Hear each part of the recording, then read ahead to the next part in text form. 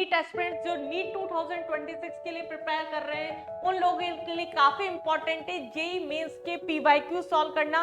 Most repeated question किस तरीके के जेई मेंस कवर कर चुका है, वैसे क्वेश्चंस आपके नीट में काफी कवर होते हैं, इसलिए मैं लेके आई हूँ आपके लिए जेई मेंस की पीवाईक्यू सीरीज के मोस्ट रिपीटेड क्वेश्चंस आप मेरे साथ में सॉल्व करिएगा।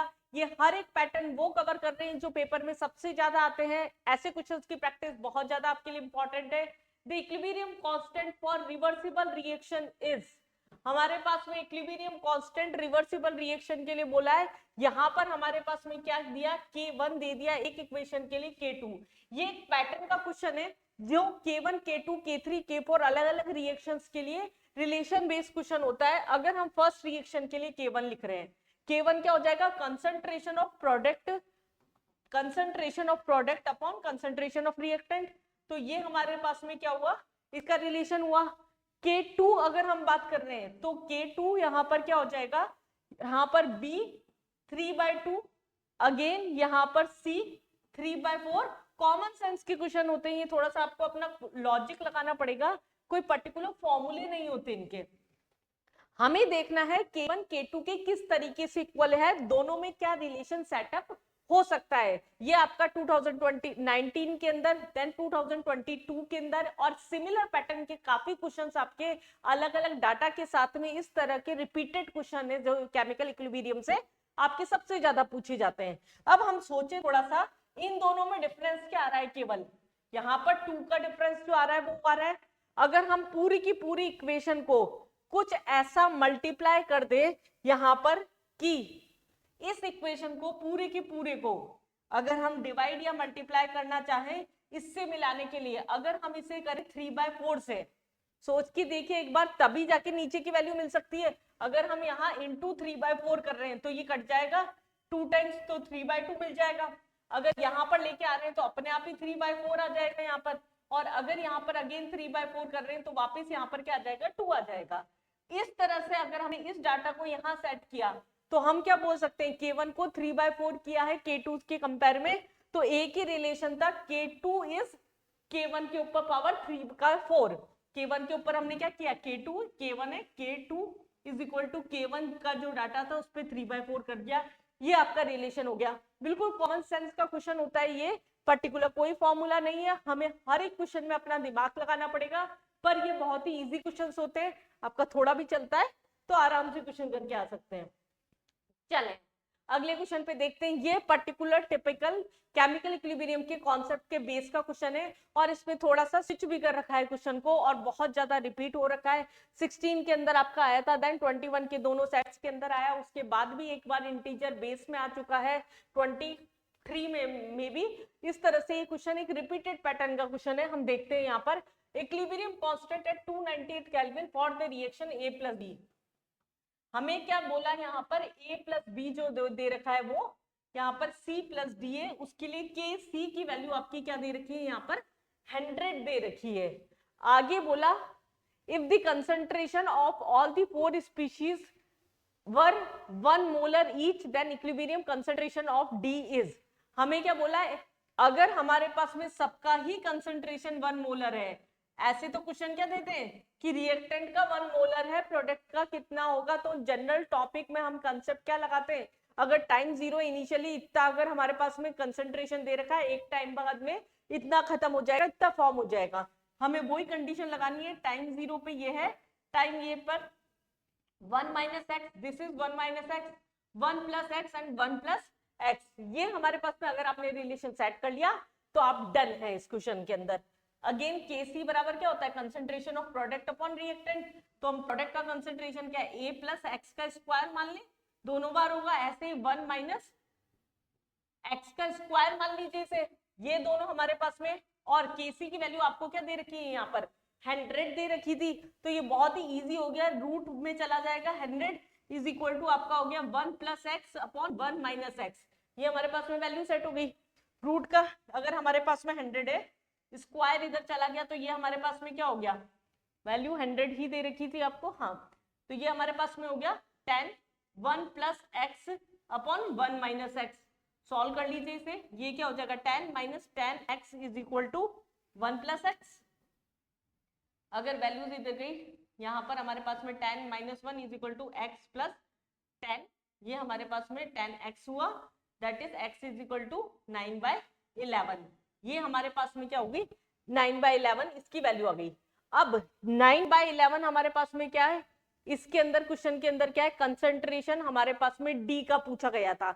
आधे से ज्यादा बच्चे तो इसको सीधा टिक कर देते 0 पॉइंट यहाँ पर 182 या 818, जो भी आपका कैलकुलेट करने के ऊपर आ रहा है। यहाँ पर अगर हमारे पास में ये वैल्यू आ रही है तो आप इसको देख लीजिए, कैलकुलेट करने पर आपका इसके अंदर क्या आ रहा है,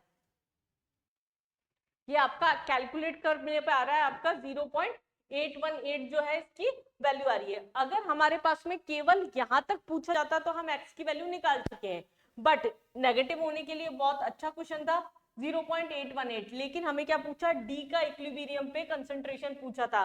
दैट मीन्स हम क्या करें, जो डाटा हमारे पास में पूछा गया है वो क्या है, डी का कंसंट्रेशन, x की वैल्यू यहाँ पुट कर दे 1 प्लस 0.818, दैट इज 1.818 जो होगा आपका आंसर हो जाएगा। ये एक अच्छा क्वेश्चन था आपका जो कि पेपर के अंदर डाला गया था। नेक्स्ट क्वेश्चन देखते हैं हम यहाँ पर, ये उलट पुलट क्वेश्चन, वही K1 K2 टाइप क्वेश्चन जो होता है, मैंने बोला आपको मोस्ट रिपीटेड पैटर्न का क्वेश्चन है ये आपका 2020 के अंदर, 12 के अंदर, 6 के अंदर, 4 के अंदर एक पर्टिकुलर पैटर्न है जो कि आपका रिपीट होता जा रहा है। नेक्स्ट क्वेश्चन पे आते हैं, N2 + 3H2A ये कन्वर्ट हो रहा है आपका N2 + 3H2A, ये कन्वर्ट हो रहा है आपका 2NH3 के अंदर। और नेक्स्ट क्वेश्चन में क्या है आपका NH3A, ये कन्वर्ट हो रहा है half of N2 + 3/2 of H2। इसके अंदर डाटा सेट, अब यहाँ क्या बोला है हमारे पास में, Kc की वैल्यू दे रखी है हमारे पास में फर्स्ट वाली इक्वेशन के लिए। Kc यहाँ पर कितना दे रखा है आपका 64, और इसका Kc हमें निकालना है।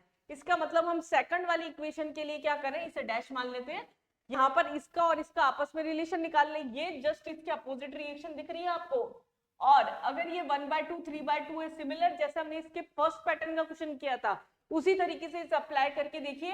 फर्स्ट इक्वेशन में क्या हो जाएगा, NH3 का स्क्वायर अपॉन N2 और H2 का क्यूब। सिमिलरली यहाँ पर हमारे पास में Kc डैश जो होगा वो क्या होगा, N2 का हाफ, H2 का 3/2, और हमारे पास में यहाँ क्या आ गया NH3 नॉर्मल। अब इन दोनों क्वेश्चन में अगर हमें सेम बिठाना है तो इस पे स्क्वायर लेके आना है, यहाँ से 3 का बटेगा, जब यहाँ पर इसको स्क्वायर कर देंगे तो ऑल ओवर हम इस पूरी इक्वेशन को सॉल्व करने के लिए क्या लगा सकते हैं, कॉमन सेंस। इस पूरी इक्वेशन को अगर स्क्वायर कर देते हैं, यहां से आपका सॉल्यूशन स्टार्ट हो चुका है। अगर स्क्वायर तो यहाँ स्क्वायर आ जाएगा, इधर पुट कर देते हैं, ये कैंसिल हो जाएगा और इधर 2 कैंसिल हो जाएगा तो 3 बचेगा, इसकी जस्ट अपोजिट रिएक्शन मिल जाएगी। तो हम क्या बोल सकते हैं यहाँ पर, Kc = 1/Kc डैश, जो भी हमारे पास में था उसके ऊपर हमने क्या कर दिया, यहाँ पर स्क्वायर कर दिया। स्क्वायर कर दिया, इधर 64 आपको वैल्यू दे रखी थी, 1/Kc डैश था, स्क्वायर था, मैंने यहाँ रूट ले लिया तो ये क्या हो गया 8, 1/Kc dash, that is Kc dash is equal to 1/8 आपकी वैल्यू हो गई। 1/8 आपका ऑप्शन के अंदर सेकंड आंसर था यहाँ पर। तो ये भी सेम पैटर्न का क्वेश्चन था जो K1 K2 K3 रिलेटेड था। एक आपके इस तरह के क्वेश्चंस आ रहे हैं जैसे से पहला वाला क्वेश्चन किया था, इतने टाइम पे इतना डिकम्पोज हो गया, दूसरा इतने टाइम पे डिकम्पोज हो गया, या एक लास्ट टॉपिक जो आता है केमिकल इक्विलिब्रियम का, दैट इज ली-चैटलियस प्रिंसिपल, उससे आपके क्वेश्चन सेटअप होते हैं। देखते हैं, ये आ गया आपका ली-चैटलियस प्रिंसिपल का question. Consider the following equation 2SO2 + O2 to SO3 में कन्वर्ट हो रहा है। ली-चैटलियस प्रिंसिपल बेसिकली इक्विलिब्रियम में सस्टेन करने के लिए किसी भी इक्वेशन को बताता है, वहां पर किस तरीके से वेरिएशंस आ रहे हैं उसके लिए हमारे पास में क्वेश्चन है। डेल्टा H जैसे ही देख रहे हैं मतलब प्रोसेस क्या हो गया आपका, एक्सोथर्मिक हो गया। क्वेश्चन में बोला है यील्ड SO3 की बढ़ानी है, SO3 की अगर हमें यील्ड बढ़ानी है मतलब रिएक्शन को फॉरवर्ड डायरेक्शन में ले जाना है, इसका मतलब रिएक्टेंट के कंसंट्रेशंस बढ़ने चाहिए। अगर एक्सोथर्मिक प्रोसेस है तो टेम्परेचर बढ़ाने पर रिएक्शन बैकवर्ड में जाएगी, तो टेम्परेचर कम करने पर क्या होगी, फॉरवर्ड में जाएगी। ऑप्शंस देखना शुरू करते हैं, इंक्रीजिंग टेम्परेचर ना, इंक्रीजिंग प्रेशर, यहाँ पर टोटल मोल कितने 3, यहाँ टोटल मोल है आपके 2, तो जहां पर नंबर ऑफ मोल्स कम होते हैं प्रेशर बढ़ाने पर रिएक्शन उस डायरेक्शन में जाती है। तो आपका ये स्टेटमेंट तो बिल्कुल सही है। दूसरा एडिशन ऑफ SO2, ये बढ़ाएंगे तो रिएक्शन आगे जाएगी, O2 भी बढ़ाएंगे तो रिएक्शन आगे जाएगी। तो आपका सेकंड भी सही है, थर्ड भी सही है। कैटलिस्ट केवल ऑल्टर करता है रिएक्शन को, तो उसका कोई इंपैक्ट नहीं पड़ेगा फॉरवर्ड पे। तो ये हमारे पास में क्या हो गए, 3 जो था इंटीजर बेस्ड क्वेश्चन था आपका, इसका यहाँ पर आंसर हो गया। नेक्स्ट क्वेश्चन पे आते हैं हम यहाँ पर। सिमिलर पैटर्न का question, the gas phase reaction 2NO2 and 2O4 में कंप्लीटली कन्वर्ट हो रहा है। यहाँ पर फिर मैंने इसे मार्क करके रख दिया एक्सोथर्मिक रिएक्शन। अब तो आप खुद भी सेटअप कर सकते हैं, और लेकिन यहाँ बोला था डीकम्पोजिशन ऑफ N2O4, मतलब उल्टी रिएक्शन के लिए पूछा गया था। तो प्रेशर तो, या अगर हम उल्टी रिएक्शन पे आते हैं तो मतलब उधर मोल कम है, इंक्रीज करने पर तो क्या होगा, उल्टी चली जाएगी रिएक्शन। अगर हम इनर्ट गैस को ऐड करते हैं, ये कॉन्सेप्ट है, इनर्ट गैस को ऐड करने पर रिएक्शन फॉरवर्ड डायरेक्शन में जाती है, कांस्टेंट वॉल्यूम पे नहीं जाती, कांस्टेंट प्रेशर के ऊपर जाती है। तो सेकंड स्टेटमेंट आपका सही है, और ये सिंगल चॉइस क्वेश्चन था, आंसर वैसे ही हो गया। और लोअरिंग द टेम्परेचर जी नहीं, एक्सोथर्मिक प्रोसेस है, आपको टेम्परेचर बढ़ाना पड़ेगा क्योंकि हमें उल्टाना है। तो ये हमारे पास में क्या हो गया, 20 का आंसर हो गया। ली चैटलर्स प्रिंसिपल से अगर क्वेश्चन आते हैं तो थ्योरी बेस्ड क्वेश्चन है, सीधा टिक मारने वाले, टाइम बचाने वाले क्वेश्चन है। इस तरह के क्वेश्चंस की प्रैक्टिस आपकी ज्यादा होनी चाहिए। चलिए, आई थिंक आप लोग बहुत ही इंजॉय कर रहे होंगे इस सीरीज को, क्योंकि एंड टाइम पे जो आपकी मोस्ट डिमांडिंग कंडीशन होती है वो यही होती है कि आपको कोई बहुत ज्यादा रिपीटेड किस तरह के क्वेश्चंस आ सकते हैं, इस तरह की बातें बता दे अगर, तो आपकी जो पढ़ाई है उसको निचोड़ना, उसको समेटना आपके लिए बहुत आसान हो जाता है। तो वही कोशिश मैं आपके लिए कर रही हूँ कि आप अपना स्कोर ज्यादा से ज्यादा इस सीरीज के थ्रू केमिस्ट्री के अंदर एटलीस्ट बढ़ा सकें। और हमारे चैनल के ऊपर और भी सीरीज चल रही है PYQs की, आप उनको भी चैनल को सब्सक्राइब करके रखिए, तो आपको नोटिफिकेशन आते जाएंगे, आप उन्हें देख सकते हैं। चलिए नेक्स्ट क्वेश्चन पे आते हैं। A + BA C/2 में कन्वर्ट हो रहा है। ये थोड़ा सा आपका लेंथी क्वेश्चन था, पर ये क्वेश्चन छोड़ने वाला नहीं है। अगर आपको कॉन्सेप्ट सेट करना आता है तो आप बिल्कुल कर सकते हैं। यहाँ पर A + B, हमारे पास में बोला A है, ये कन्वर्ट हो रहा है B + 1/2 ऑफ C, इसके अंदर कन्वर्ट हो रहा है। हमें निकालना है Kp एंड अल्फा के बीच में रिलेशन। Kp इक्विलिब्रियम कांस्टेंट, अगर हम बात कर रहे हैं प्रेशर के टर्म में, alpha is degree of dissociation in दोनों के बीच में विथ प्रेशर, प्रेशर के साथ में इन तीनों के बीच में, टोटल प्रेशर के बीच में रिलेशन निकालना है। किस तरीके से इस इक्वेशंस को सेट करते हैं, पहले तो हम इक्वेशन सेट कर लेते हैं। अगर हमारे पास में टाइम 0 है, ये आपका यहाँ से सॉल्यूशन हो गया। अगर आपके पास में टाइम 0 है, स्टार्टिंग में अगर 1 मोल कंसीडर किए, ये 0 हो गया आपका, ये 0 हो गया। एक पर्टिकुलर टाइम बाद में क्या होगा, ये 1 - अल्फा कितना डिकम्पोज हुआ, ये अल्फा हो गया, ये आपका अल्फा/2 हो गया। ये हमारे पास में क्या आया, सिस्टम का सेटअप हो गया। अब टोटल मोल यहाँ से कितने आ गए, टोटल आपके यहाँ पर क्या आ रहा है, 1 - अल्फा प्लस अल्फा, तो ये हो गया आपका 1 + अल्फा/2, दैट इज 2 + अल्फा 3/2 अल्फा। ये हमारे पास में टोटल मोल आ गए, क्योंकि हमें पार्शियल प्रेशर निकालने पड़ेंगे, वहां टोटल मोल की रिक्वायरमेंट है। फिर दूसरा हमारे पास में टोटल प्रेशर P की टर्म में दे ही रखा है। अब Kp का रिलेशन आपका क्या होता है, Kp is partial pressure of C के ऊपर 1/2 upon partial pressure of A into partial pressure of B, भी ऊपर ही था आपका, यहाँ पर पार्शियल प्रेशर ऑफ B। ये हमारे पास में यहाँ पर इक्वेशन है, तो ये हमें इक्वेशन के अंदर सेट करना है। सिर्फ इस इक्वेशन को हमारे पास में यहाँ पर सेट करना है। सब है। पार्शियल प्रेशर क्या होता है, मोल फ्रैक्शन जो भी होगा इनटू उसका टोटल प्रेशर, और मोल फ्रैक्शन क्या होता है, mole of a component upon total mole.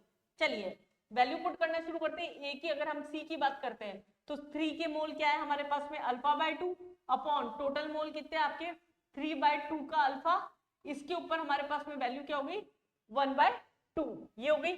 Similarly partial pressure हमारे पास में B है, पार्शियल प्रेशर B का अगर हम बात कर रहे हैं तो ये हमारे पास में क्या हो गई, इस साइड ही था, जी हाँ प्रोडक्ट साइड ही था, अल्फा अपॉन 3/2 का अल्फा इंटू यहाँ पर प्रेशर भी टोटल मल्टीप्लाई करना पड़ेगा, यहाँ पर भी प्रेशर है, अपॉन यहाँ पर नीचे हमारे पास में हो गया 1 - अल्फा अपॉन 3/2 का अल्फा इंटू P, और यहाँ पर भी कोई स्टैइकोमेट्री नहीं है, तो लगभग आपके P तो कैंसिल हो जाएंगे, इस पे 1/2 होगा, तो तो हम थोड़ा सा इजी करने के लिए क्वेश्चंस को देखते हैं, तो इन 3 ऑप्शन में से होगा।